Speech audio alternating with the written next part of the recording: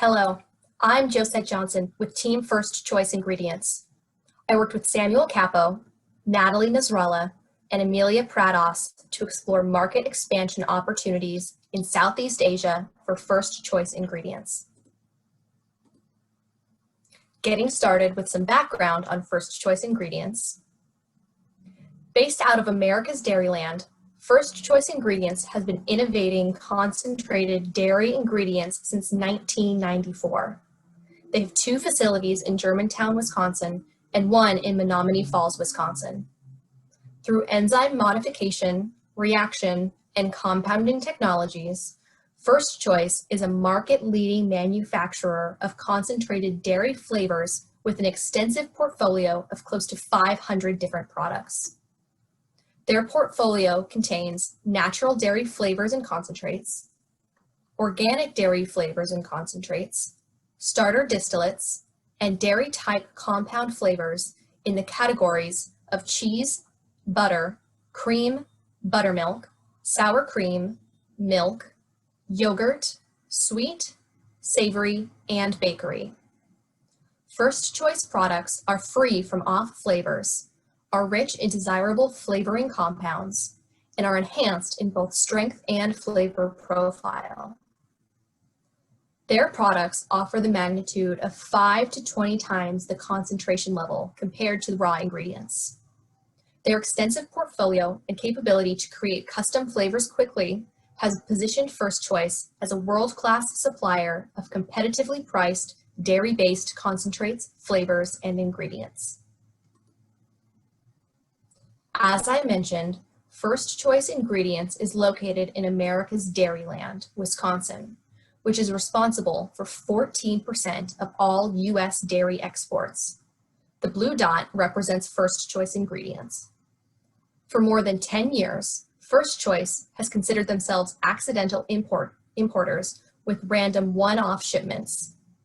This map shows the over 40 countries that First Choice has experience with exporting, acting as importers or distributors in 6 continents. These are highlighted in green.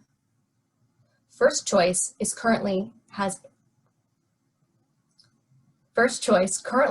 18 focus markets.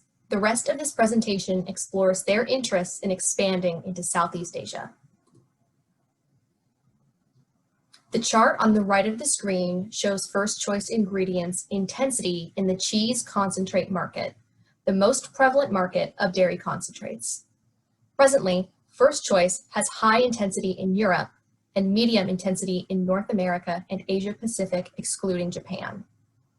Dairy concentrates are convenient and easy to blend with other ingredients. They are a cost-effective food additive that offers a greater magnitude of flavor than the original ingredients, making a lesser quantity needed for food production. The ability to customize both flavor and form, partnered with Southeast Asia's changing taste preferences, is driving demand in Southeast Asia. Over the next 10 years, a study by FACT-MR projects the global cheese concentrate market to grow at a positive compound annual growth rate of around 10%. In Southeast Asia, regional and local players capture approximately 75% of the cheese concentrate market share.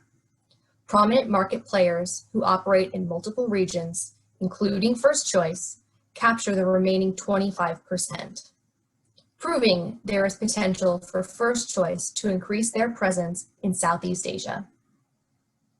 We will now give an overview of Southeast Asia.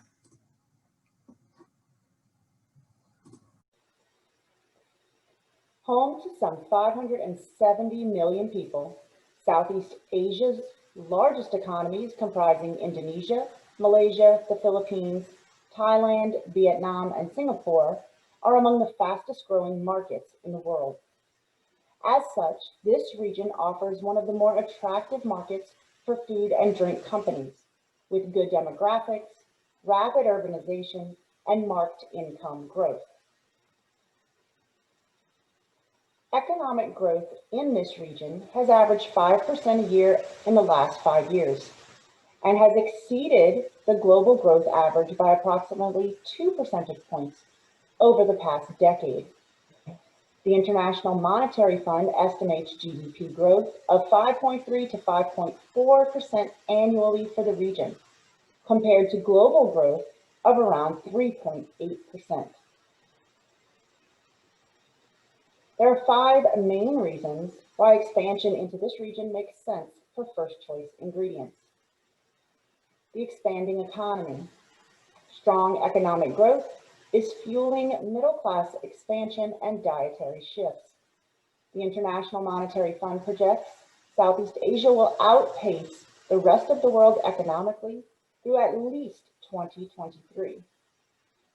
Urban expansion. Historically, a high percentage of Southeast Asia's population is rural. Those rural dwellers are moving to cities at a faster rate than the rest of the world.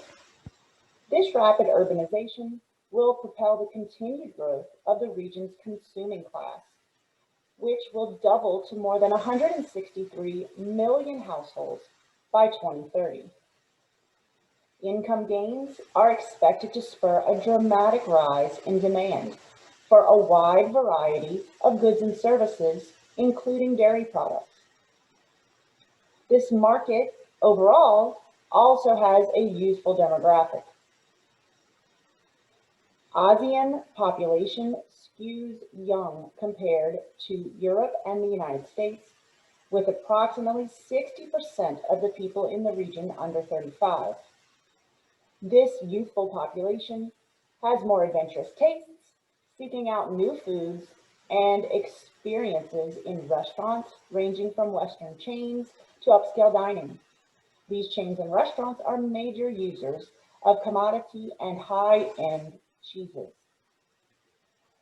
The people are becoming more health-focused. Southeast Asian consumers, often backed by government initiatives, have grown much more knowledgeable about dairy's role in health and nutrition. Trust in dairy is driving people to incorporate milk, cheese, and dairy-containing products into their traditional diet. There's a thriving food manufacturing industry, and it's looking to grow. Not only does Southeast Asia boast a population of more than 570 million, it borders China and India, nations with more than 2.7 billion consumers. In addition, ASEAN countries signed more than 40 free trade agreements since 2000 and are in the process of negotiating more than 20 additional deals. This is a region intent on building export ties, with food being one of the main areas of trade. Local as well as multinational companies are investing in Indonesia, Malaysia, Singapore, and others to build capacity and product development capabilities. It has created a significant market for dairy ingredients, often high-value items made to tight specifications. Let's take a closer look at a few individual countries. Now that we have this understanding of the cheese and dairy concentrate product and an overview of the Southeast Asia region as a whole, our team has narrowed our focus, choosing 4 countries for an in-depth analysis on potential market entry for first choice ingredients. They are Singapore, Malaysia, Thailand, and Indonesia. Starting with Singapore, it has a population of 5.8 million and a gross national income that exceeded $59,000 per capita in 2019. This city-state is a wealthy, developed, and highly urbanized country.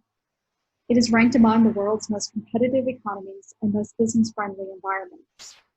Since its independence, GDP growth has averaged 7.7%, one of the highest in the world. Our pestle analysis reveals a stable and efficient government with a strong and healthy economy. The population is highly educated, speaking both Mandarin and English, making it easy and ideal for doing business with foreigners, especially China and the US. Singapore is also one of the most advanced technologically. They host a number of scientific institutions focused on innovation, research, and product development. Of interest to those involved in the dairy market, like First Choice, is the Food Innovation and Resource Center at Singapore Polytechnic. They're working with the U.S. Dairy Export Council to innovate and provide consumers in Southeast Asia with more dairy and cheese options that fit their taste preferences and nutritional requirements.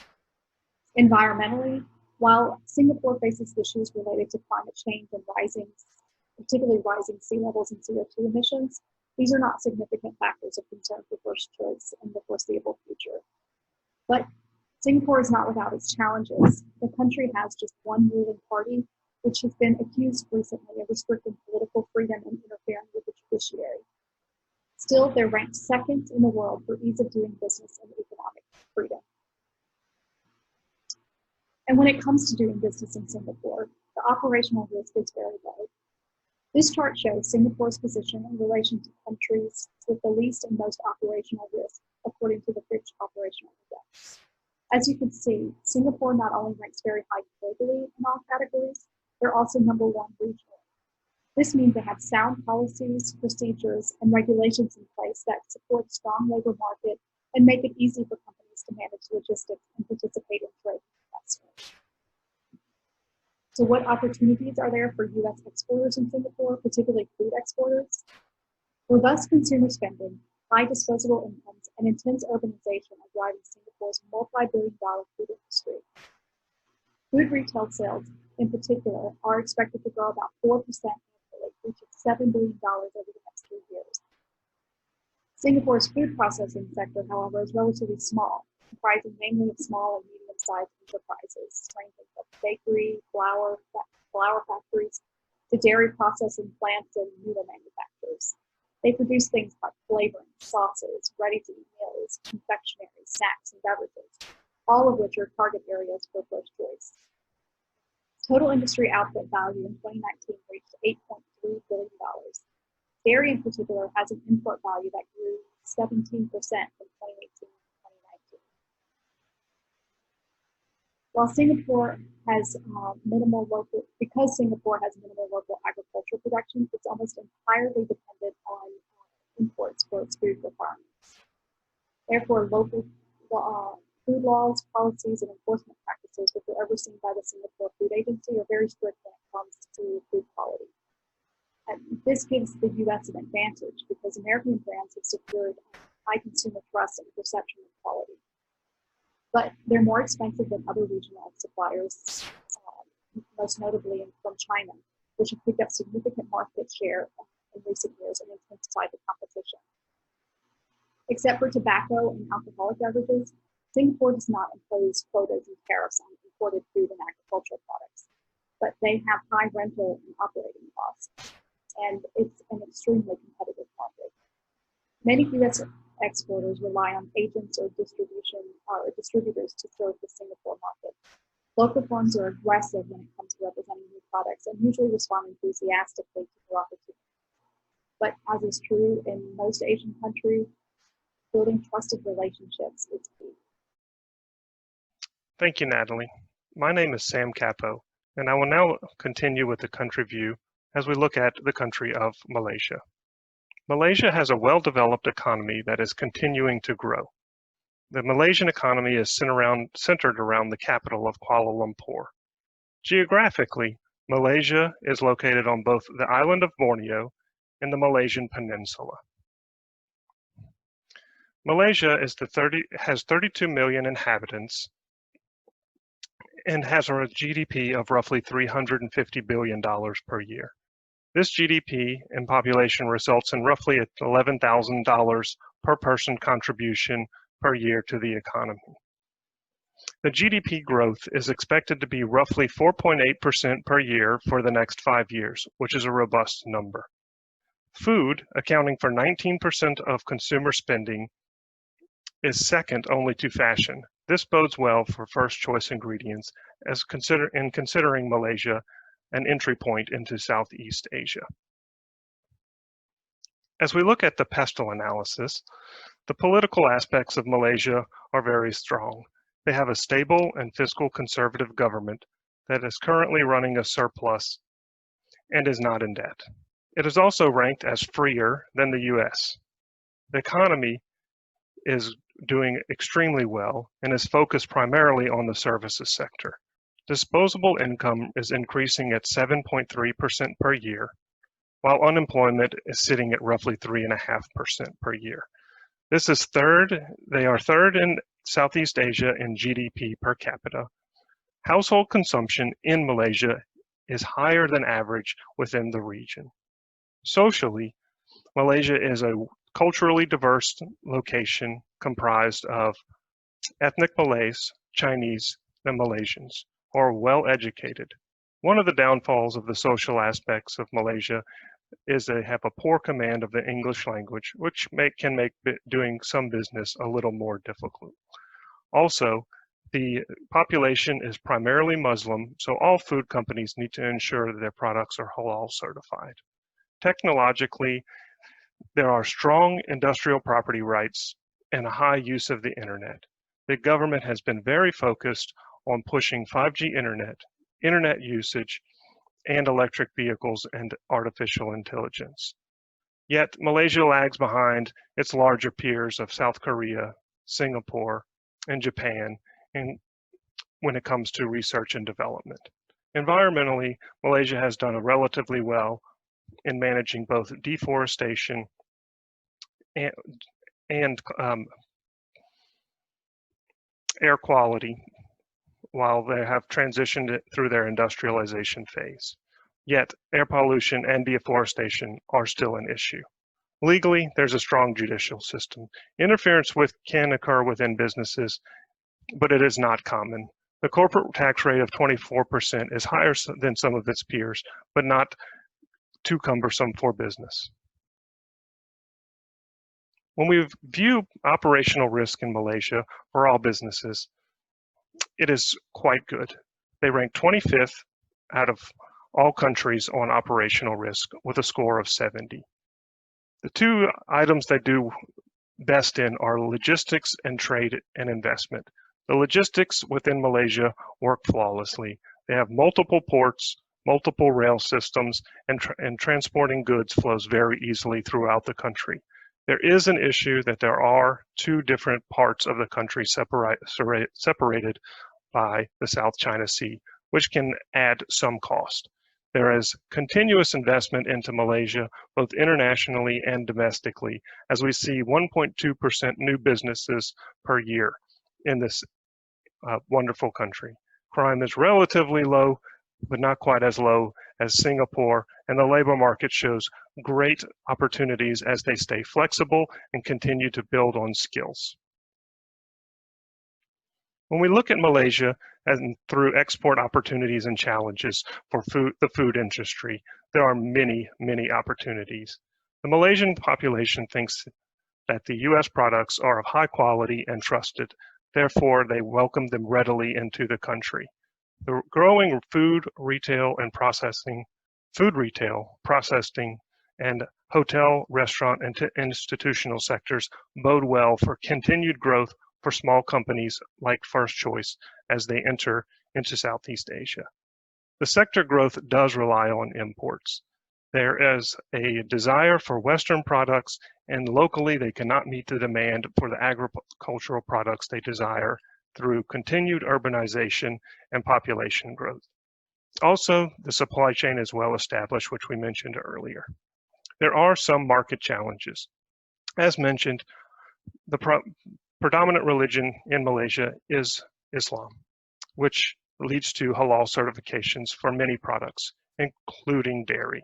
There is a large amount of competition from China and regional partners as they also want to build their businesses in Malaysia. Also, there is a free trade agreement with Australia and New Zealand.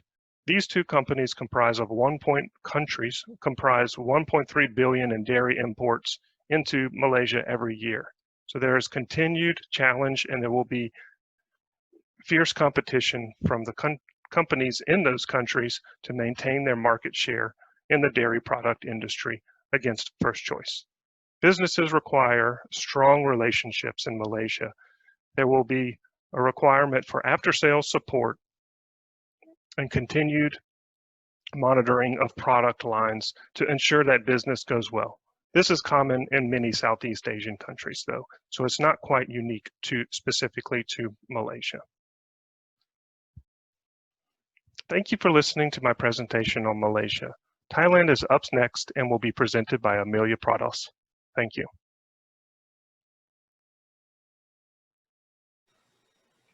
Thank you, Sam. Continuing our country view, let's take a look at Thailand. Thailand is an upper middle income country with a population of over 69 million.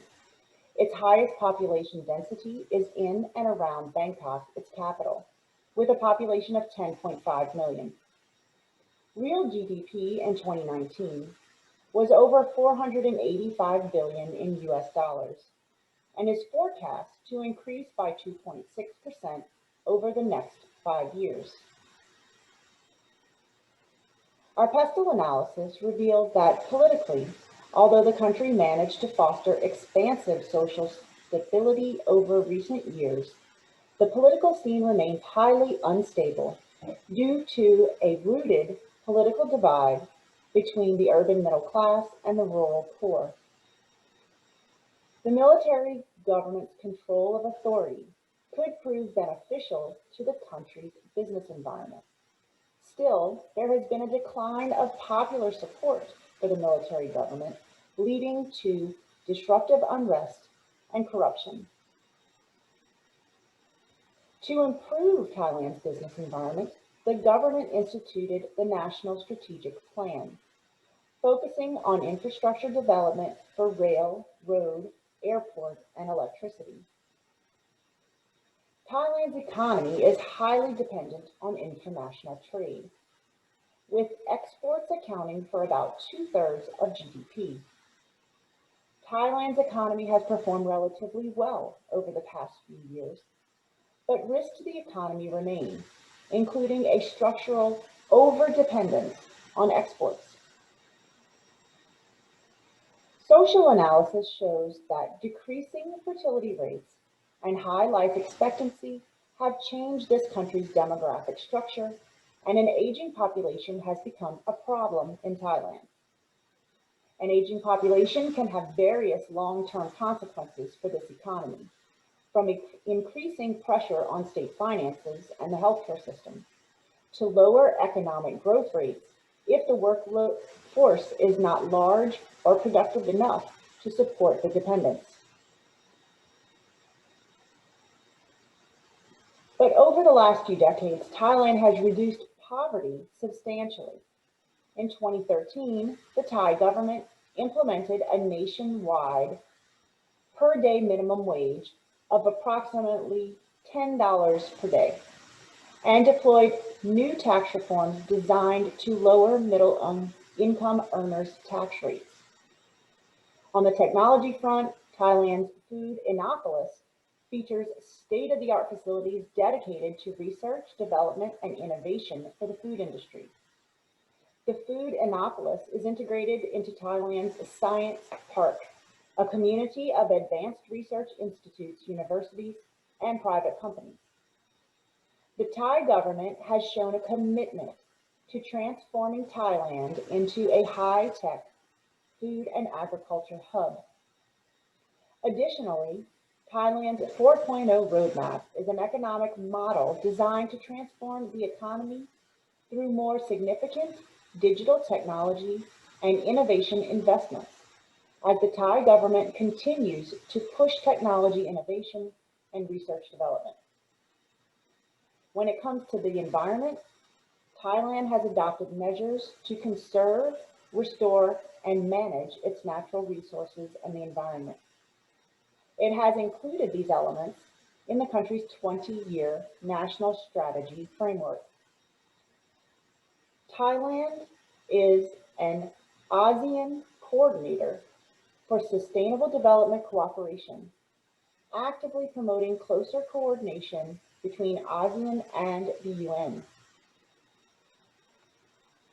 When we look at legal, Thailand's customs valuation procedures and customs penalty regime pose significant problems to exporters.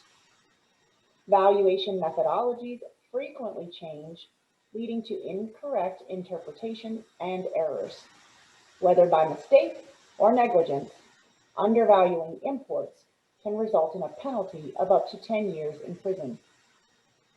Thailand's judicial system is relatively efficient and inexpensive compared to other ASEAN countries.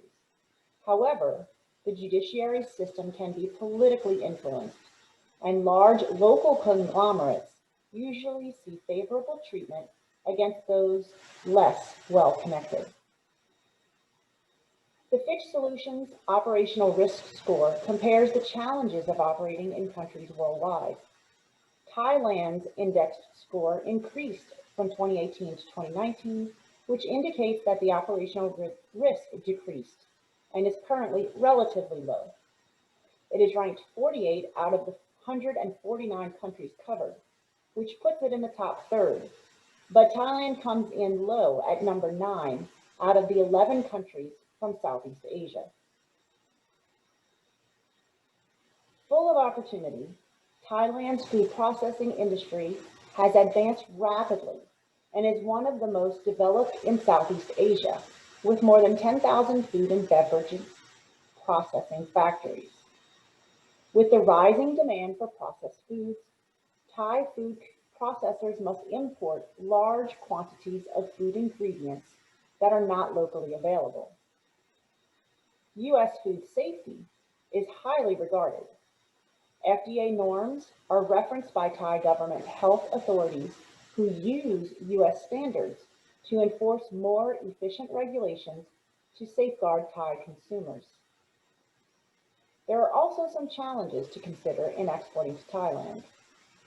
U.S. products are generally less price competitive than similar products from countries that have free trade agreements with Thailand, such as Australia, New Zealand, China, and Japan. Lack of local interagency coordination causes interruptions in trade, as new regulations are imposed on imports without prior notification. Some U.S. food products imports are currently subject to restrictive trade barriers, including high import tariffs, rigid food import procedures, and burdensome documentation requirements. Overall, Thailand is a viable market for FCI to consider when looking at expansion to Southeast Asia. Indonesia is our final country and is presented by Josette. Thank you.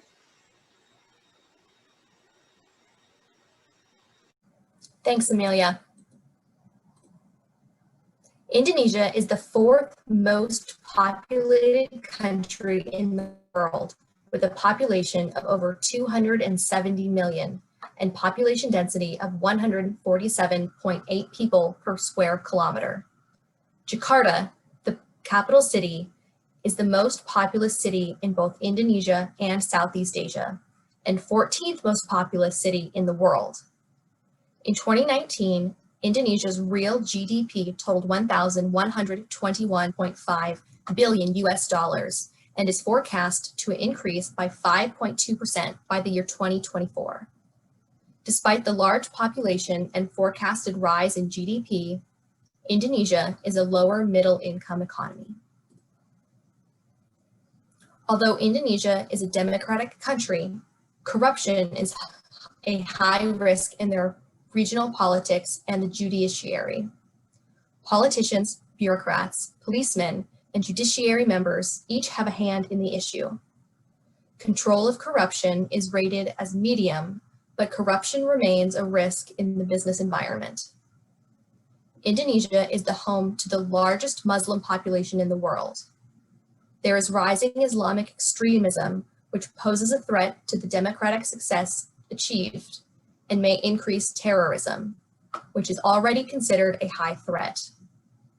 The Global Competitiveness Report of 2019 ranked Indonesia 110 out of 141 countries on the Terrorism Incidence Indicator. Indonesia has a strategic location between the Pacific and Indian Oceans and is adjacent to the major east-west trade route, helping it be the largest economy in Southeast Asia. There is a high amount of trade and investment in the country, but once adjusted for population size and GDP, performance is underwhelming for the world's fourth largest population.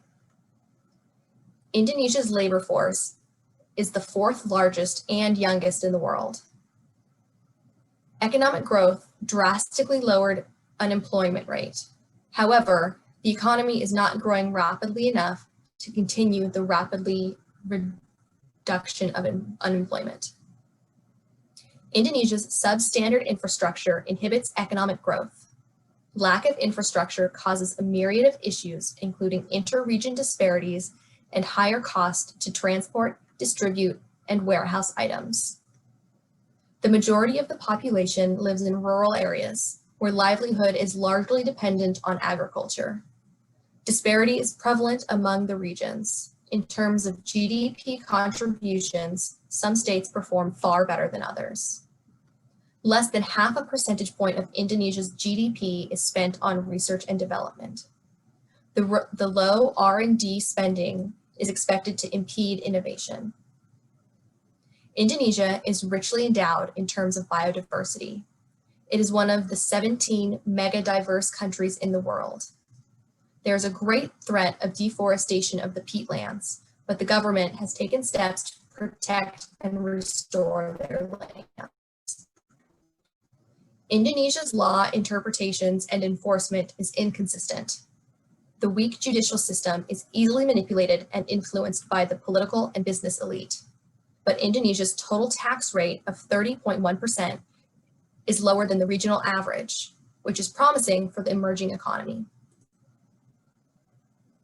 Again, we look at the Fitch Solutions Operational Risk Score, which compares the challenges of operating in countries worldwide. Indonesia is ranked 64th out of the 149 countries, putting it in the middle third with a moderate risk of 54.1. As with the other markets in the presentation, opportunities for entering the Indonesian market are rising demand for dairy and cheese concentrates and high-quality U.S. products. Market challenges include lackluster infrastructure, which attribute to higher fees for importing, warehousing, and distribution, a confusing and expensive import process, and a very high level of corruption. Natalie will now discuss market entry. Based on the above research and analysis, we think these 4 countries are solid markets for first choice entry into Southeast Asia. From a regulatory perspective, they have processes in place that make it easier at varying degrees to do business in the country. These rankings from the World Bank's annual Doing Business report are based on operational data around everything from business incorporation to getting access to credit, engaging in international trade, to enforcing contracts and resolving insolvency. This chart compares the rankings of the select countries. It's important to highlight that Singapore is not only top of the list regionally, but globally as well. These economic factors, combined with the cultural and political trends, informed our recommendation for first choice market entry into Southeast Asia. Singapore, which is known as the gateway to Southeast Asia, would be a good starting point for first choice ingredients, along with Malaysia. Both provide a central location to serve as a regional distribution, logistics, and financial hub. And thanks to a robust supply chain and established infrastructure, both already import a lot of food and beverage items from the US. Their transparency, lack of corruption, and business-friendly laws and regulations make up for their competitiveness and also allow for scalability. From a societal perspective, their people are increasingly focused on health and wellness and considerably influenced by Western culture and tastes. Even their hotel and restaurant industries, which are a big part of these countries' food economies, are embracing the rise of dairy-infused food and beverage. Additionally, Singapore is viewed as a regional trendsetter, which would make expanding to other Southeast Asian countries more attractive and easier if First Choice chooses to do so. And once they establish a solid presence, First Choice could then expand into Thailand and Indonesia. These countries, with their growing economies, are right behind Singapore and Malaysia in urbanization, changing lifestyles, and global influences due to increasing access and use of the internet and social media. As we've shown in this presentation, the entire region is growing and building its market economies and infrastructure, making it right for first choice entry. Now we'll look at how it should do so. Thank you, Natalie. Again, my name is Sam Capo, and we will now talk about distribution. As we looked at the capabilities of First Choice Ingredients, we did not feel that it would be prudent for First Choice to set up manufacturing facilities in country to supply food manufacturers at this time. We feel that it would be much better to export from their current manufacturing facility in Wisconsin and work with a partner.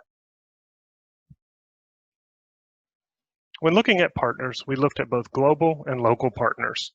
In the global space, Dutch Lady and Nestle, common household names, would be a great partner. They offer established supply chains and robust connections throughout the Southeast Asian region. But these partners would be a bit too large for First Choice to partner with. We also looked at Azelis, which is a food ingredient company similar to First Choice and has had a presence within Southeast Asia for the past 15 years. In reviewing all of these companies on a global scale, these companies seem a bit too large to take on a small partner such as First Choice. We believe that it would be much better to work with a local partner. The two local partners that we found that seem most attractive are Spectrum Ingredients and Yao Hip Sing, better known as Yao. When partnering with one of these companies, Yao's or Spectrum Ingredients, we see lots of advantages. First off, Yao's is headquartered in Hong Kong, which is a great benefit because First Choice already has an employee in Hong Kong that would make the connection, could make the connection very easy. Also, Yao's is a wonderful food manufacturer that has over $240 million in retail sales within Singapore and Malaysia. They have an established supply chain and they have the ability to manufacture in both countries. They also have limited dairy products. So as tastes change within Malaysia and Singapore, they could work with First Choice on a very intimate basis to create products for the future. They also have many product synergies, which First Choice has excellent expertise in, including packaged goods, beverages, which became very popular for First Choice inside of China, and sauces. We have also looked at Spectrum Ingredients. Spectrum Ingredients is headquartered in Singapore, which we think is a great place to begin. That connection could also lead to operations in Malaysia, Indonesia, and Thailand, as First Choice could work through Spectrum to expand throughout Southeast Asia. Spectrum specializes in global niche ingredients, and so does First Choice. They could utilize each other's expertise to create new flavors for the Southeast Asian market. They also excel in advertising and promotion, which would be needed in country that First Choice could not be able to manage from Wisconsin. We believe either Yao's in the food retail space, food manufacturing space, or Spectrum Ingredients to partner with ingredients manufacturer would both be great choices.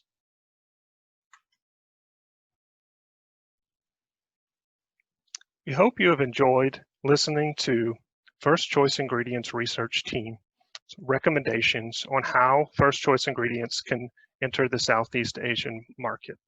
We are Sam Capo, Josette Johnson, Natalie Nasrallah, Amelia Prados, and we hope that this presentation will spur further conversation and allow First Choice a successful entry into Southeast Asia. Thank you for your time.